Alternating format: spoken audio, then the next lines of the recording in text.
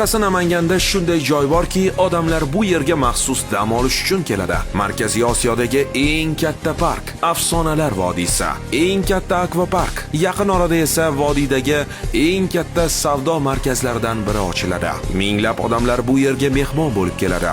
Lekin bir savol, agar shu yerda yashash imkoniyati bo'lsa-chi?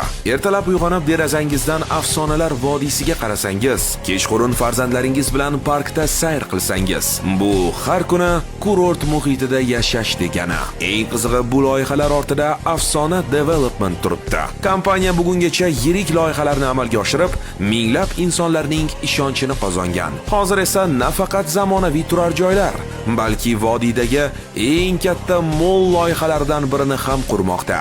Barcha xonadonlar tayyor ta'mirlangan holda topshiriladi. Ya'ni qurilish, ustalar va ortiqcha xarajatlar haqida bosh qotirish shart emas.